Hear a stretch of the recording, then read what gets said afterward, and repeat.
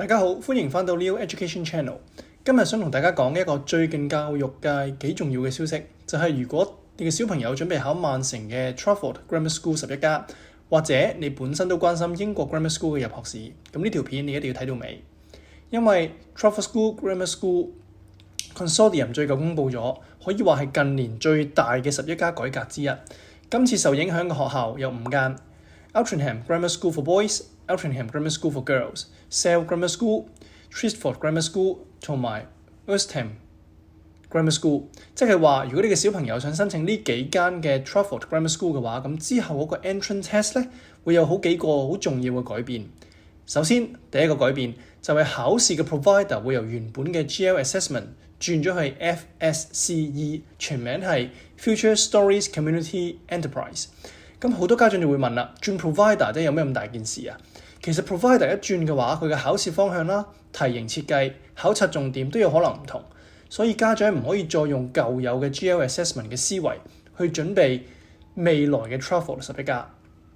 第二個更加重要嘅改變就係考試嘅內容會比以前比較重視 verbal reasoning、non-verbal reasoning 同埋 mathematical reasoning， 轉為更加貼近 Key Stage 2嘅 English and Maths curriculum。咁簡單啲嚟講啊，以前好多家長一講11+就會即刻諗到要操 VR、NVR、圖形推理、pattern、speed 要做大量嘅 reasoning 嘅題型。但係新方向就唔係咁單一啦，因為由2028年嘅 entry 開始 Trafford 11+係會更加注重小朋友喺小學階段本身應該要掌握嘅英文同數學基礎，即係 Key Stage 2嘅 English and Maths。呢個轉變其實好值得家長去留意㗎，因為佢反映咗一個好清楚嘅方向。Grammar School 嘅 entrance test 可能唔再係只係睇小朋友識唔識做某一種特定嘅題型，而係睇下佢哋真正嘅學術基礎夠唔夠穩。第三個改變就係個考試時間啦。家長可以咁樣記住，如果你係2027年嘅 entry， 即係2026年嘅9月份考試，咁仍然咧係用 GL Assessment 嘅，冇改變。如果你係2028年嘅 entry，即係2027年嘅9月考試，咁你就會開始轉用 FSCE， 而內容亦都會轉向 Key Stage 2 English and Maths Curriculum Based 嘅 test。不過考試時間仍然會喺 Year 6嘅9月份。但係如果你係由2029年嘅 entry 嘅話開始，咁內容會變，而考試時間亦都會提前。原本好多 Grammar School 嘅11+考試都係擺喺 Year 6嘅9月份考，但係之後Trafford 呢個 Consortium 嘅考試就會提前到去 Year 5嘅 Summer Term 嘅後段，咁呢個改變其實係好關鍵，因為以前好多家庭都會可能覺得，咁小朋友 Year 5下學期先就開始密集咁操卷啊，跟住暑假再衝刺，去到準備 Year 6嘅9月份考試，時間都仲係足夠。但係如果考試提前咗去 Year 5嘅 Summer Term， 咁即係代表小朋友喺 Year 5完結之前已經要準備好啦。咁換句説話講，咁 Year 4同 Year 5嘅上學期就會變得更加重要。咁家長應該點樣應對呢？我認為最緊要就當然唔好恐慌啦，但係你要提早調整嘅策略。咁如果你嘅小朋友係準備2027 entry 嘅，咁你暫時係唔需要轉變任何方向嘅，因為考試仍然係 GL Assessment、VR 啊、NVR 啊、Maths Reasoning 啊，仍然係準備嘅重點。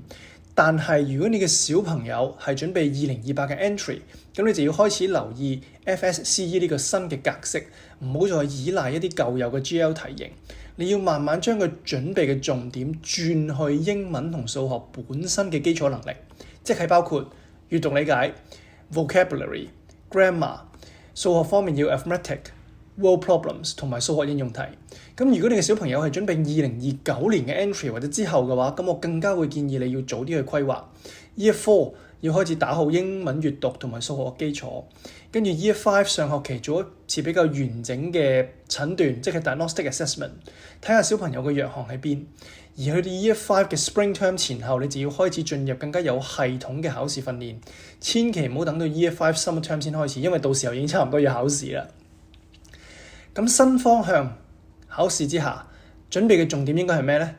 第一點，英文閱讀一定要加強嘅，因為好多家長以為11+英文咁就係背多啲生字啦，咁其實唔係咁簡單嘅。小朋友要讀得夠快啦，讀得夠準，要理解文章深層嘅意思，而識得推論，要判斷作者嘅語氣同埋佢嘅意圖。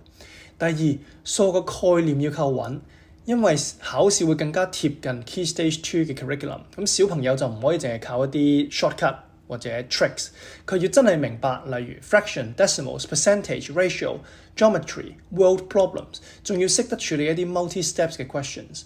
而第三點，讀題嘅能力好重要㗎，因為好多小朋友其實唔係唔識計，而係睇唔明題目問咩。又係英國考試，咁你好多題目都要需要理解咗個語境先，你先決定用咩方法去解決。第四，咁當然淨係唔係再操卷啦，操卷當然重要，但係如果小朋友嘅基礎未穩嘅話，咁你再操幾多卷嘅話，都係重複不斷嘅錯誤啫。家長應該要先知道小朋友嘅弱點喺邊，先至針對性去改善。咁我會總結一下今次Truffaut 11+嘅改革。以前嘅準備可能係操題型練速度，熟悉 verbal reasoning、non-verbal reasoning 嘅 pattern， 但係未來嘅準備會更加重視英文基礎能力、數學基礎理解能力、解題邏輯，同埋面對一啲陌生題型嘅信心。咁我覺得呢個方向其實未必係壞事，因為如果考試真係更加貼近學校嘅 curriculum， 對於真正學術基礎好穩嘅小朋友，反而我認為更加公平嘅方向嚟嘅。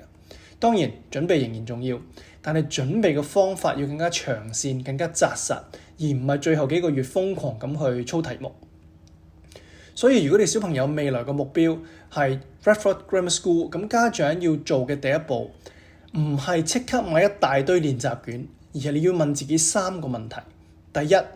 小朋友嘅英文閱讀能力夠唔夠？第二，小朋友 Key Stage 2數學基礎穩唔穩？第三，佢係咪有能力去理解一啲陌生嘅題目，而唔係淨係識做一啲見過熟習嘅題型？考試制度會變嘅，但係小朋友真正需要嘅核心能力其實一直都冇變。讀得明、諗得清、寫得準、計得穩。如果你想了解你嘅小朋友而家點樣準備11+，或者唔肯定 Truffaut 嘅新制之下應該點樣安排個學習節奏嘅話，歡迎 WhatsApp 我哋可以按小朋友嘅年級程度同埋目標學校幫你簡單分析一下下一步點樣行。今日嘅分享就到呢一度。如果你覺得呢條片有用嘅話，記得 Like、Subscribe 同埋分享俾身邊準備11+嘅家長。我哋下一條片再見。